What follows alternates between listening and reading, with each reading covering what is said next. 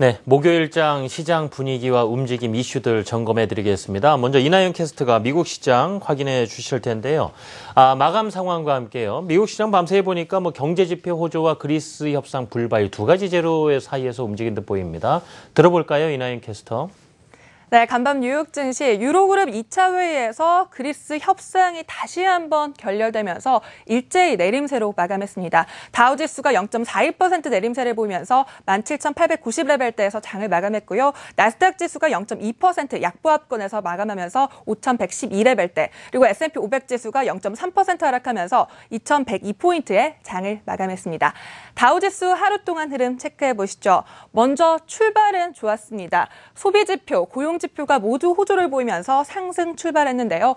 미국 5월 개인 소비가 전월 대비 0.9% 증가하면서 약 6년 만에 최대 증가폭을 보였습니다. 또한 고용지표도 좋게 나왔습니다. 미국의 주간 신규 실업수당 청구 건수가 16주째 30만 건을 하회하면서 소비가 고용으로도 이어지고 있다는 점을 확인시켜줬는데요. 하지만 이렇게 좋은 기류 오래가지는 못했습니다. 장중에 그리스 쪽에서 다시 한 번 더 결렬됐다, 협상이 결렬됐다라는 소식이 전해지면서 하락세로 전환했고요. 또한 다우지수 운송업종들이 일제히 내림세를 보이면서 지수를 끌어내렸습니다. 다우지수는 경제 상황의 바로미터가 되기 때문에 운송업종들 매우 유입 깊게 보셔야 하는데요. 지난해 고점 대비 현재 약 10% 정도 운송업종들은 하락해 있는 상태입니다. 따라서 오늘 정강 후 약장세를 보이면서 장중 저점 부근에서 마감했습니다. 그리고 오늘도 뉴스 하나 살펴보셔야겠죠. 어제는 그렉시트가 유로존 민간기관, 은행들에 별로 영향을 끼치지 못할 것이다 라는 기사를 소개해드렸었는데요. 오늘은 유로존 통합 과정에서는 재앙적이다라는 기사가 있어서 가져왔습니다. 먼저 유럽 통합 과정에서 그렉시트가 일어난다면 차질이 불가피하다라는 것인데요. 특히나 주변 부채 보유국에 부정적인 영향을 미칠 수도 있다라는 얘기입니다. 즉 이제 사람들은 그리스가 부도를 낸다면 이제 다음 국가, 어떤 국가가 부도를 낼지 자연스럽게 생각하게 된다라는 것이었고요. 또한 그리스 쪽에서도 심상치 않은 기류가 들려오고 있습니다. 그리스 시리자당이 조기 선거 시행 가능성을 언급을 했는데요. 시리자당 대변인은 만약 IMF가 마지노선을 넘은 또 협상안을 제시를 한다면 조기 선거가 치러질 수도 있다라고 언급을 했습니다. 또한 달러 강세를 촉발하게 돼서 미 페드 정책에 영향을 끼칠 수도 있다라는 의견도 있는데요. 투자자들이 만약 그렉시트가 일어난다면 보다 안전한 달러화로 이동을 하게 돼서 달러 강세가 촉발돼서 결국 미국이 기준금리 인상 시점을 다시 한 번 더 생각해보지 않을 수도 없다라는 의견이었습니다.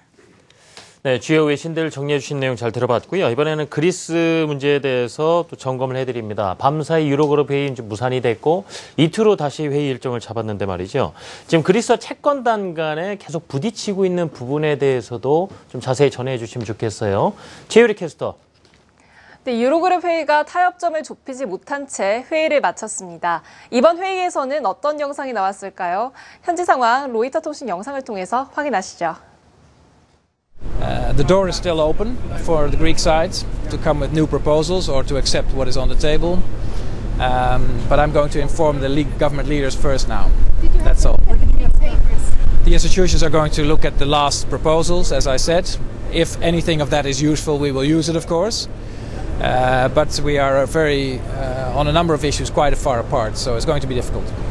C'est toujours sur la TVA et sur les retraites que nous discutons pour l'essentiel, mais c'est aussi un problème de cohérence globale, c'est un problème de mise en mouvement et aussi d'accomplissement des cibles budgétaires.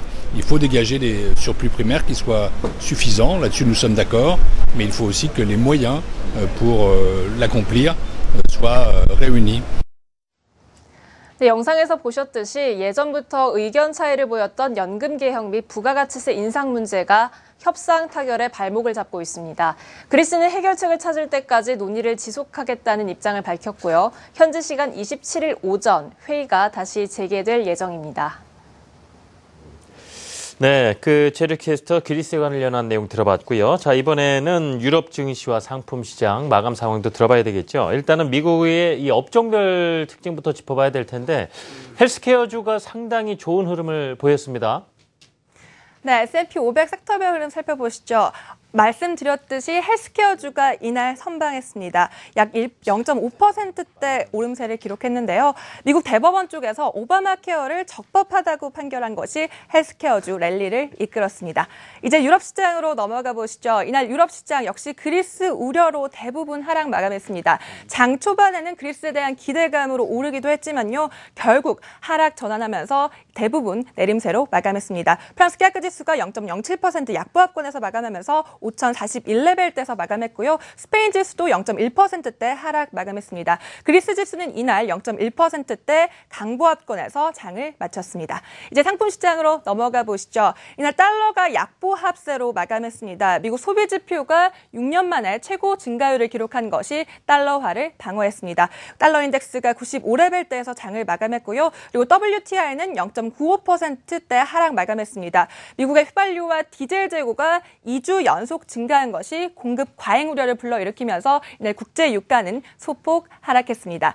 이제 그리스 협상이 다시 이번 주 토요일에 열리게 됩니다. 과연 어떤 결론이 날지 계속해서 주말 동안 지켜보시기 바랍니다.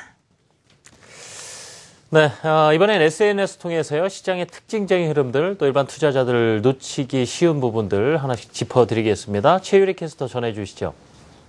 네, 어제 SNS에 칼 아이칸이 증시가 과열됐다는 글을 올렸다는 소식 전해드렸는데요. 오늘은 전설적인 투자자 제레미 그라함이 증시 과열을 경고하는 발언을 했습니다. 에릭 홈 월스트리트 저널 기자가 트위터에 어제는 칼 아이칸, 오늘은 그라함이다라는 글을 올렸는데요. 그라함은 증시는 상승하지만 기준금리가 상승하지 않는 걸 가장 큰 문제로 지적했습니다. 또 표면적으로는 저금리로 기업들이 돈을 빌리고 있지만 나중에는 끔찍한 일로 돌아올 것이다 라고 말했습니다. 그라함은 또 주식시장이 당분간 미국 선거 직전까지는 꾸준히 상승할 것으로 전망했습니다.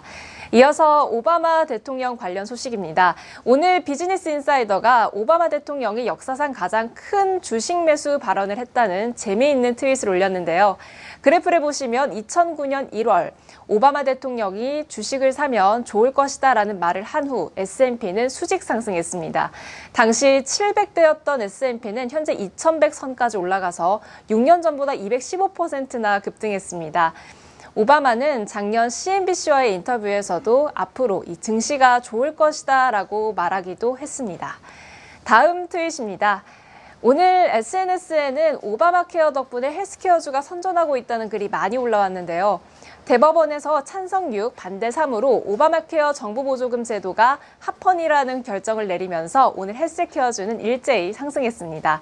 당장 어제와 비교하면 11.6% 넘게 올랐는데요. CNN머니는 투자자들이 헬스케어주에서 30%가 넘는 마진을 남길 수 있다고 봤습니다. 마지막 소식입니다. 마윈 회장이 뉴욕주 내에 위치한 브랜드 공원을 2,300만 달러에 매입했다는 소식 나왔습니다. 브랜드 공원은 11억만 제곱미터 규모의 이 빼어난 경관을 자랑하는 공원인데요. 이 공원 안에 있는 집은 과거 록펠러 가문이 소유하고 있기도 했습니다. 마윈 회장은 이 공원을 자연보호 목적뿐 아니라 개인 용도로 사용하겠다고 밝혔는데요. 평소 자연보호재단을 설립하고 자연보호협회 이사직을 맡고 있는 등 활발한 활동을 하고 있습니다. 앞으로 자연보호 전도사로서 마윈이 어떤 활동을 할지 귀추가 주목됩니다. 네, 준비해 주신 내용 잘 들었습니다. 두 분 한 주간 수고하셨어요.